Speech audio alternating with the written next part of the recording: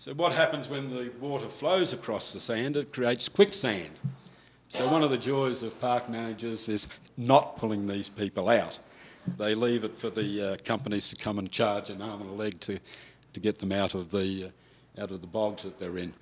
Also, of course, water coming out, sea coming in, you get regular changes in where the water exits from the dunes. And of course, you're driving along and there will be a big drop that changes overnight. So that's what happens. People break their springs, people roll their cars, backpackers particularly, we have been losing a good number every year, driving too fast along the beach, running into this sort of environment and killing themselves.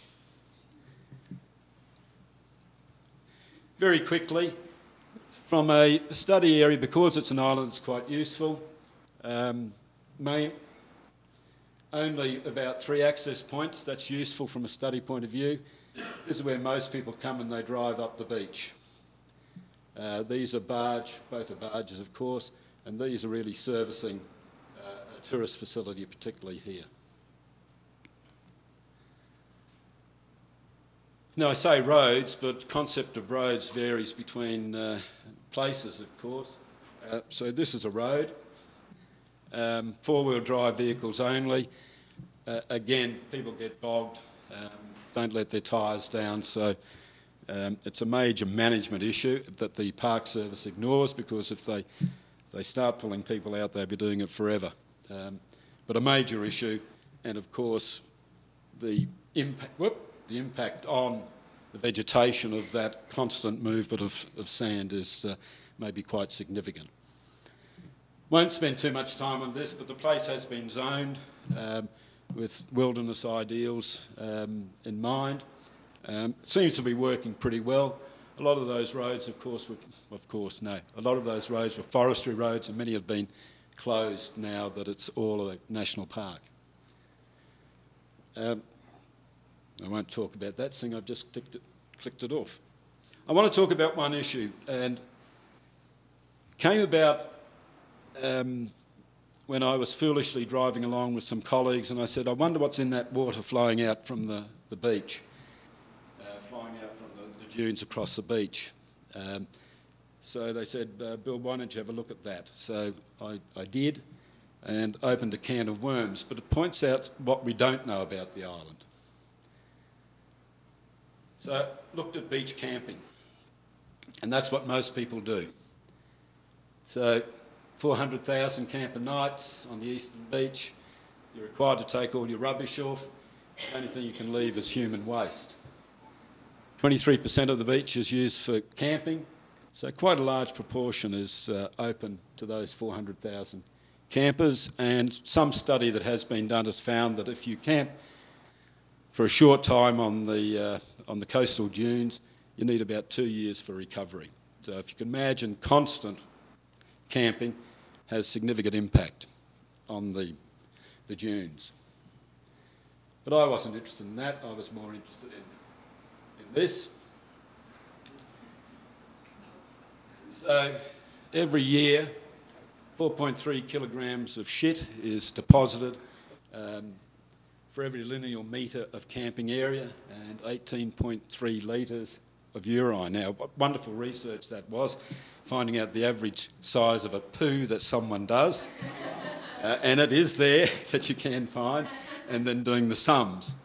But to make it a bit more meaningful, that's my dog. I can't do a slideshow without showing my dog, or one of my dogs. It's equivalent of one of those every metre along the beach.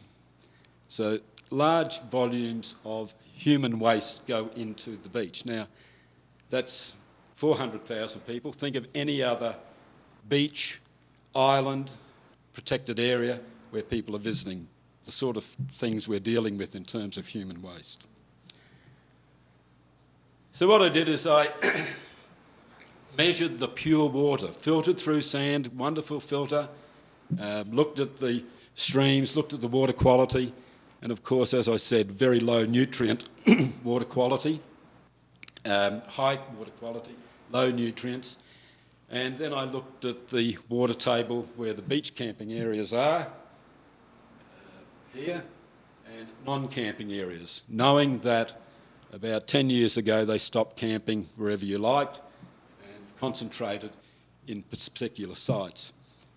Now, I can show you lots of data, and we also did some traces for human feces, so we're not talking about our possums and kangaroos or birds here. We trace this directly to humans, and the sort of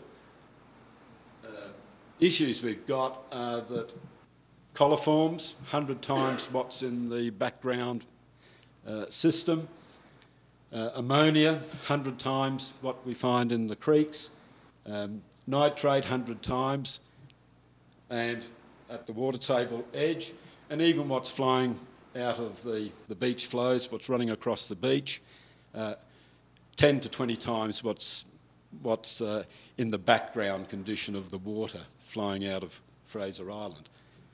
Now, no one had even thought about that in the past, and it was just a silly statement driving along that created that work. The government response was that now you must take your own dunny when you go and camp. The headline that I got in the paper was Fraser Island is just a toilet. And of course the politicians got very excited and very angry with me for coming up with this work. So what have we got? Groundwater's unsafe to drink. People didn't realise that, and they were drinking out of the creeks and sand flows, the beach flows. It's little kiddies playing in the water, building sandcastles. We know that coliforms are, if you keep doing that, you're probably more likely to get some sort of bad disease or some health problems. Little kiddies were doing that. Low nutrient soils, plants designed to live in low nutrient conditions. It means that if you add nutrients, particularly phosphorus in our case, it's going to kill the plants. So no recruitment is occurring in anything that's proteaceae. So we're shifting the direction of the plant communities on the coast. Nutrients and human pathogens are building up at the water table.